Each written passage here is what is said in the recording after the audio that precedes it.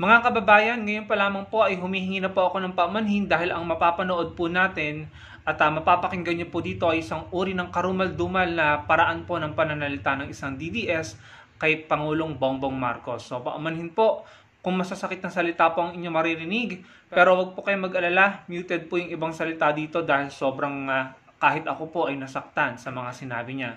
Kailangan lamang po natin gawin ang content na ito para makapagbigay tayo ng reaksyon, para malabanan natin yung kanyang naratibo at para may expose natin ang mga ugali ng mga taong ito na talaga naman pong hindi katanggap-tanggap. So dalawang video po yung mapapakinggan natin. Una, yung mild na video pa lamang niya, and then yung pangalawa yung talagang para po sa akin, kung tama bang gamitin yung salitang brutal sa pananalita, siguro yun yung pinaka best na description ng kanyang paraan ng pananalita. So pakinggan po muna natin tong unang video niya, and then mamaya yung isa. Eto na po. At ipagsisigawan ko sa Great Wall of China. Ina mo, di ka pa. Ang saya-saya dito, ang ayos-ayos mo, bagay pa. Ayun mga kababayan, doon pa lamang po, para po sa akin, punong-puno na po ng pambabastos, walang galang, at talaga naman pong asal kalye or kalsada, no? Wala sa lugar. Ngayon, pakinggan po natin yung sumunod niya na video. Ito po talaga para sa akin, masakit po ito. So, ihanda nyo na po ang inyong mga sarili at humihingi po ako ng paumanhin. Kailangan lang po talaga nating labanan ang naratibo nila, kaya ginagawan ko ito ng content, no? Pero huwag po kayong mag-alala, muted po yung mga salita niya na masasakit, no? Ito na po mga kababayan. Yung inang ginawa doon sa Yolanda, inuulit nila ngayon. Nakikita mo natin yan. Pinapaliit yung eksena ng numbers ng namatay, or yung numbers ng apektado, or pinapaliit. Walang alam sa gagawin. Katulad din ng Yolanda, di ba? Eto, part, itong mga inaabot nilang kanina, sa totoo lang kanina, papi, nagbasag ako. Dahil doon sa nakita kong na ibinig, may ale doon sa picture. I think everybody saw it on my wall. May ale doon sa picture na may mga katabi sila, pinapila sila. Tapos may mga katabi silang tabla na may nakapatong na yero at may isang supot ng kung ano, ano yun, pako or whatever. Mr. President, ina mo, ano ang tingin mo sa mga kababayan namin? Ang ina mo. Yeah. Ang kapalagay mo, ang klase ng tirahan ang deserve ng mga taong yan na bumoto sa'yo at hanggang ngayon ginagamit mo, sinasalsal mo para sa politics mo. Ang ina mo, babatuhan mo ng DIY, IKEA to the lowest level? Ha? Yung mga tao na hindi nga nakakakain at nakakaligo ng maayos for how many months already dahil sunod-sunod ang kamalasan na bit-bit mo sa ng bansa namin. Dahil sa'yo, nagkandaletse-letse ang buhay ng mga tao. Ang ina, bibigyan mo ng yero at tabla at pako at bahala na sila sa buhay nila. Ang ina mo, nasaan lahat yung pera ng Pilipinas? Nasaan? Saan nagpunta yung pinagbentahan mo ng ginto, hayop ka? Saan napunta yung ninakaw ninyong Maharlika funds? Nasaan ang Maharlika funds namin? Nasaan ang pera ng PhilHealth? Nasaan yung pinagbentahan ng ginto? Nasaan yung mga inutang mo, puto mong inutil ka? Tapos ngayon sasabihin mo, wala kang magagawa. Puto, ina mo. Ina mo. That's correct. Ayun mga kababayan, umpisa pa lamang po, punong-puno na po ng PI, punong-puno na po ng mura. So gusto ko pong bigyan ng reaction yan para po malabanan natin yung kanyang narrative. Dahil para po sa akin, exaggeration, exaggerated. At wala sa katwiran, hindi patas yung mga sinabi niya, no? So ito po yung sagot natin. Unang-una, ito yung lagi kong sinasabi sa inyo, kahit sino po yung presidente, mapa kay Pinoy, kay PRRD, kay PBBM, kung gusto po natin bumatikos po tayo. Huwag po nating haluan ng pambabastos at saka parang basura ang lumalabas sa bibig natin. Dahil hindi po tayo mauunawaan ng mga taong makakapanood sa atin. Hindi nila tayo suportahan dahil puro na lang hatred at galit ang nasa puso natin na lumalabas sa bibig natin. So pwedeng bumatikos, pwedeng mag-criticize, tanggalin yung pambabastos at disrespect kahit sino pa ang presidente. Pangalawa, ang pagkakaalam ko po kasi pag nagmumura ka ng PI, ang minumura mo hindi yung taong minumura mo, ang minumura mo is yung nanay niya, no? Kasi yung PI, 'di ba, ang tinutukoy doon yung magulang, yung nanay. No, so para sa akin dapat talaga tanggalin na 'yan eh. Ewan ko ba kung bakit naging ganito tayong mga Pilipino. Alam nyo, sorry to say, naging ganito tayo simula nung 2016, nung nakarang administrasyon na naging bastos na tayo sa isa't isa, naging basura na lumalabas sa bibig natin. Naging normal na po sa atin yan, pero hindi yan tama at kailangan po natin baguhin yan. No? Imagine kung yung mga anak nito at mga apo nito ay mapapanood siya sa social media na ganyan, ano na lamang ang iisipin nila sa kanilang lola or kanilang nanay, di ba, mga kababayan? Kung meron tayong reklamo sa gobyerno, pwede naman natin yung i-voice out. Pero omit those disrespect and bad words, no? Yung mga profanity. Ngayon, kung ganyan na talaga sila, wala tayong magagawa. Unfortunately, hindi sila makakahikayat at walang maniniwala sa kanila. At uulitin ko, sana wag nang dinadamay yung mga magulang, yung papahukay, itatapon sa West Philippine Sea, tapos PI ng PI dun sa mother ni PBBM. Yun po kasi yung tinutukoy ng murang yun eh. Kaya ako hindi ko po ginagamit yun dahil ayoko pong gawin sa nanay ko yun. Ayoko kong gawin sa magulang ko yun. So mga kababayan, yung pong narinig natin kay Maricar, si Maricar Serrano po yan, isa po siyang diehard DDS, no? Yung mga narinig po natin ay hindi katanggap-tanggap, no? Kung meron siyang reklamo, pwede natin pakinggan. Kung meron siyang reklamo, pwede sabihin valid ang reklamo niya at ang kanyang hinaing. Pero yung mga salitang binitawan niya na below the belt at saka profanity, hindi po katanggap-tanggap yan, no? Ngayon, dun sa sinasabi niya na ang mga plywood, kahoy, pako, yero na pinamigay nila PBBM, papakita ko sa inyo. Ako po naniniwala ayan ay pang temporary shelter. Kasi urgent need po ng mga kababayan natin doon na magkaroon po ng temporary shelter. Kung naalala nyo si Atty. Leni Robredo, binatikos din at talagang pinagtawanan, kinutya, ininsulto ng mga DDS noon nung nagbigay din ito ng plywood at saka mga yung gawa sa dahon ng niyog ng mga bubong. Yan po ay pang temporary shelter kasi nga po may urgent need ang mga kababayan natin na may matutulugan at may matutuluyan habang kinukumpuni ang kanilang mga bahay. So ako naniniwala na ang layunin ng Pangulo, ng ating gobyerno sa pagbibigay ng mga plywood at yero ay mabuting intensyon. Ang layunin nila ay mabuting intensyon na mabigyan ng pansamantalang matutuluyan ng ating mga kababayan. Kung meron silang kukumpunihin, magagamit nila ang mga materyales na ipinamahagi. At saka marami pong nagtutulungan, no? Maraming ahensya ng gobyerno ang nagbigay ng tulong sa ating mga kababayan. Andiyan ang DSWD, andiyan ang LGU nila, at kung ano-ano pang mga NGO, kagaya ng Angat Buhay nila, Atty. Leni Robredo. So, ang hirap kasi sa mga DDS na ito, ang nakita lamang po nila is yung nakita nila sa picture na may mga plywood, yero, at saka mga kahoy doon, na pako, yun lamang po yung inisip nila na yun lang ang binigay ng Pangulo. Sa katunayan, nagpaabot din po ng financial assistance ang Pangulo. Ayan po, ipapakita ko sa inyo.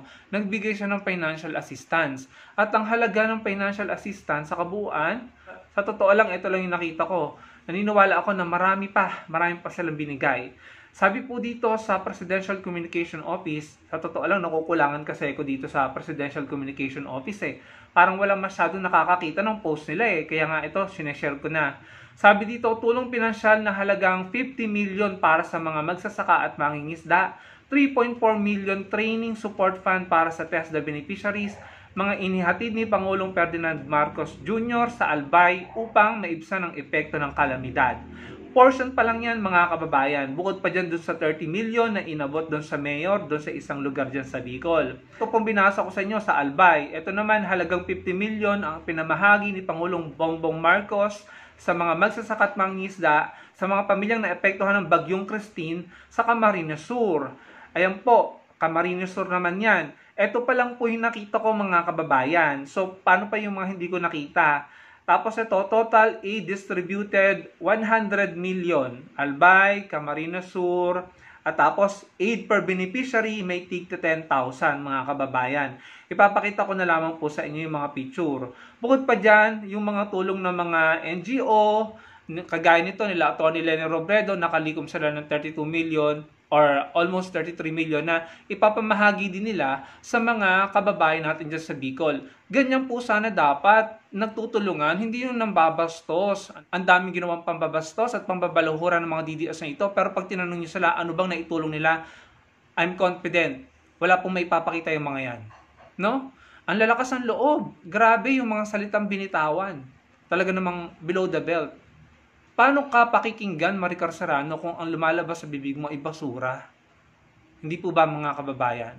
Masyado kang exaggerated sa kwento mo, pinakita mo lamang yung mga yon. Ang binanggit mo yung mga yon. Pero hindi mo binanggit yung mga financial assistance, yung mga relief goods, sandamakmak na relief goods sa mga ahensya ng gobyerno, sa LGU, sa DSWD, sa mga NGO, kagaya ng Angat Buhay, sa national government ng Pangulong Bongbong Marcos. So, pinagmumukha nyo na ganun lamang, ine-exaggerate nyo na gusto nyong ipamuka sa mga tao na yun lamang at galit na galit kayo, nilalagyan nyo ng matinding emosyon para yung mga tao mahawa sa inyo, magalit din sa gobyerno.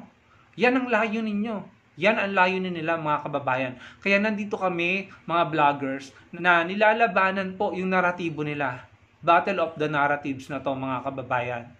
Kaya ako po nagpapasalamat kapag nilalike niyo yung video dahil yan po ay nakakatulong para maraming makakita ng paglaban natin sa mga naratibo ng mga ito, ng paglaban natin sa mga content ng mga ito na puro na lamang kanigahan. Para silang mga ipis na talaga namang puro dumi ang ikakalat. Hindi mo man lang na-appreciate yung magagandang nagawa.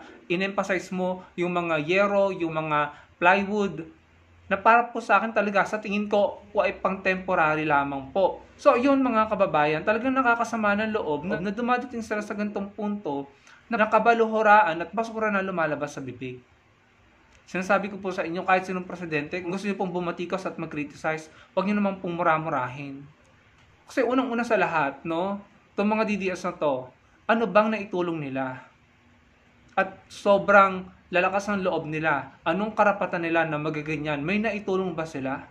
Sa panahon ngayon na sunod-sunod po ang bagyo at kalamidad, sana po magtulungan muna. Wag muna sana yung ganyang bastusan, ano?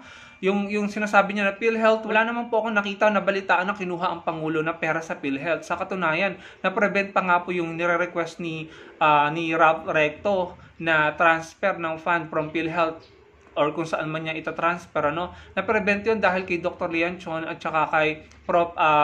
Shelo Magno.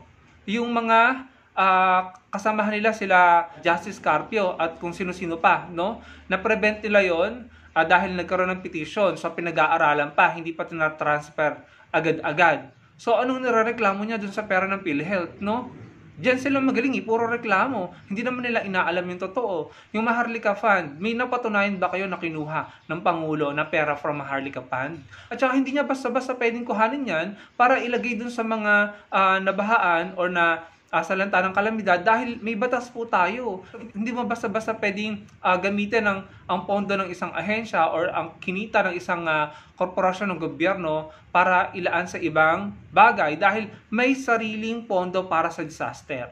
Meron po nakalaang pondo para sa mga nabagyo or tinamaan po ng kalamidad, no? So maaari siyang masampahan ng kaso diyan pagbaba niya ng pwesto kapag nag-transfer siya ng pondo. Maaari siyang masampahan ng kung ano nung kaso diyan, kagaya ng plunder or malversation, no? Kagaya ngayon ng kinakaharap ni VP Sara. Dahil nga po yung paggamit niya ng pondo ay hindi niya maipaliwanag, no? Kaya maaari siyang makasuhan ng plunder. So, hindi basta-basta kukwestiyonin mo yung pondo ng PhilHealth, pondo ng Maharlika, yung pinagbentahan ng ginto ng Bangko Sentral, nandun sa Bangko Sentral yung pera. Hindi porket nagbenta ng ginto, gagamitin mo na yung pinagkakitaan sa ibang bagay. Kaya nga may budgeting, may nakalaan na budget para doon sa ating mga kababayan. Kaya nga yung binahagi ko sa inyo, so far yung nakita ko, na research ko, nasa 100 million na po ang naipamahagi.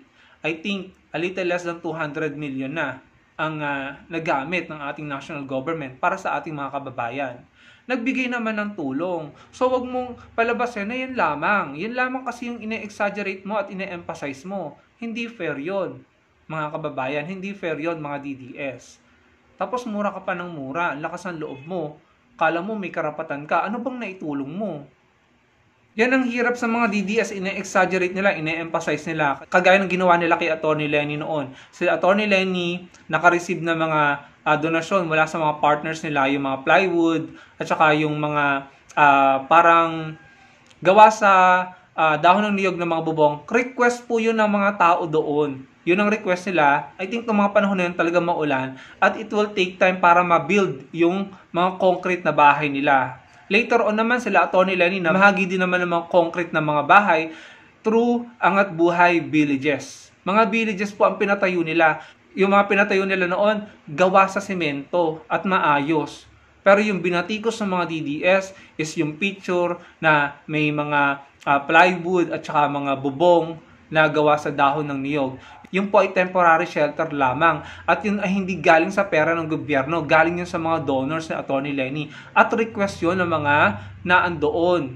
Dahil may reason sila. Temporary, kailangan nilang makapagtayo agad ng mabilisan na pwede nilang matulugan habang itinatayo yung kanilang mga konkretong bahay.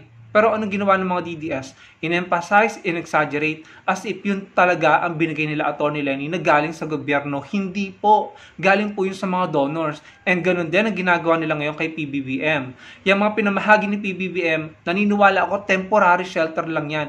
Kailangan lang mabilisan na maitayo para may matutulugan, may matutuluyan. Pero hindi niya sinabi yung mga tulong pinansyal, yung perang ibinigay ng national government sa ating mga kababayan diyan sa Bicol. Hindi niya sinabi, hindi niya binanggit. Puro mura siya. Mas marami pa yung mura kaysa dun sa mga matinong sinabi niya. Ganun na po kababa ang mga DDS sa kanilang uri ng pananalita. Sabi ko nga sa inyo, may karapatan naman tayong lahat bumatikos or mag-criticize. Pero anong karapatan natin na mura-murahin ang magulang ng mga taong kinikriticize natin?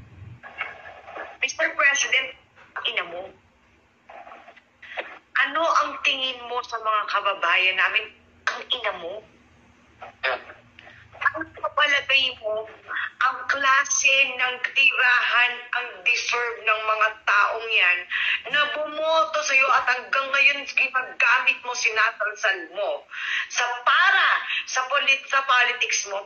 Ang ina mo, babatuhan mo ng DIY, IKEA to the lowest level? Ha?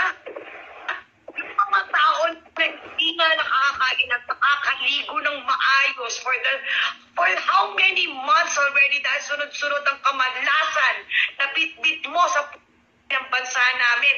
Dahil Pati yung mga bagyo, kamalasan kay PBBM, isinisi mga kababayan. Kung magsalita naman ito, ano ba nangyari sa atin nung panahon ng pandemic? Nung panahon ni PRRD? Ang dami din namang pumanaw noon. Wala namang may gusto niyan. Hindi yan gusto ng Pangulo. Bakit mo isisisi sa Pangulo yung mga nangyayaring kalamidad? Yung mga tao nga na nakatanggap ng tulong, natutuwa sila, grateful sila, at full of gratitude sila, nagpapasalamat sila dahil natulungan sila. Pero ikaw na hindi naman ikaw yung tumanggap ng tulong at hindi naman ikaw yung tumutulong, pero ganyan kabasura yung pananalita mo, anong karapatan mo? Ipakita mo nga sa amin kung anong naitulong mo sa mga kababayan natin doon sa Bicol. Kung yung mga kababayan nga natin natuwa doon sa mga natanggap nila, tapos ikaw ito na hindi naman ikaw yung naapektuhan, ganyan ka magsalita. Ginagawa mo lang yan kasi galit ka sa Pangulo. Ginagawa mo yan kasi yung mga idol mo, inuusig, hinahabol ng batas. Yun ang opinion ko. Siguro ginagawa mo yan dahil hindi pinoprotektahan at hindi kinukonsinti ng Pangulo ang mga maling ginawa ng idol mo. Kung narinig nyo, medyo minute ko, hindi lamang po si PBBM ang minumura niya, pati bansa po natin, minura niya. Pwede niyong pakinggan ulit. So, ganyan po kalala ang mga DDS mga kababayan. Kaya gumagawa kami ng mga gantong content para labanan po sila. Kasi labanan po ito ng naratibo, mga kababayan. Kung hindi po tayo lalaban, sila po ang mamamayagpag, silang paniniwalaan, magagalit na naman po yung mga tao. Parang pinapalabas nila na walang ginagawa ang gobyerno. Again, yung mga taong nakatanggap ng tulong, natuwa sila, masaya sila at nagpapasalamat sila. Kaya hindi ko maintindihan kung bakit tong babaeng to, ganyan po kung maghoromentado. Daig pa yung akala mo inapi siya. So, Huwag po tayong basta maniwala sa mga ganyang uri ng content na ang ine-emphasize lamang ay maliliit na bagay. Pinakita ko naman po sa inyo, may mga malalaking halaga na itinulong ang ating gobyerno at may mga tao na nakatanggap po ng aid, mga kababayan natin na naapektuhan ng kalamidad sa Bicol. At sila po ay thankful, nagpapasalamat dahil sila po ay natulungan. No? Marami pong tumulong, DSWD, LGU at iba't ibang ahensya ng gobyerno, pati po non-government organization kagaya po ng Angat Buhay. No? So, yan po ang wala sa mga DDS. Yan ang kaibahan ng mga DDS at mga kakamping. Ang mga kakamping, tumutulong. Ang mga DDS, puro batikos, puro kanigahan, puro pambabastos. Wala po tayong mapapala, mga kababayan. So, nagpapasalamat po ako dahil andyan kayo at tinutulungan nyo kami na maipalaganap ang ginagawa ng gobyerno para malabanan ang mga kanigahan ng mga taong ito. So nakita nyo naman mga kababayan yung mga patunay, yung mga resibo ng ginawang pagtulong ng ating gobyerno.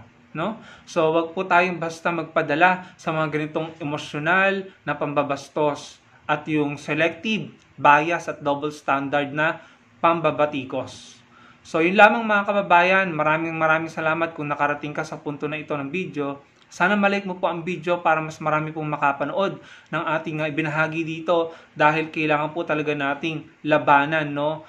Para po sa akin, mind conditioning ang ginagawa ng mga ito Kinukondisyon ang utak ng mga Pilipino sa mga negatibong bagay para magalit na naman po sa gobyerno. Ang gobyerno po natin ay nararespeto tayo at naniniwala ako na ginagawa ang best niya para po tayo ay tulungang iangat ang buhay natin. Kung may mga reklamo sila, no, na sinasabi nila ng mga pondo-pondo na yan, dalhin nyo sa korte, patunayan nyo. Pero kung wala pa kayong napapatunayan, wala kayong karapatang kumuda ng mga pinagkukuda nyo. Sana po i-like nyo ang video natin at maraming salamat po sa panonood. Magkita-kita po tayo sa susunod kong video. Salamat po.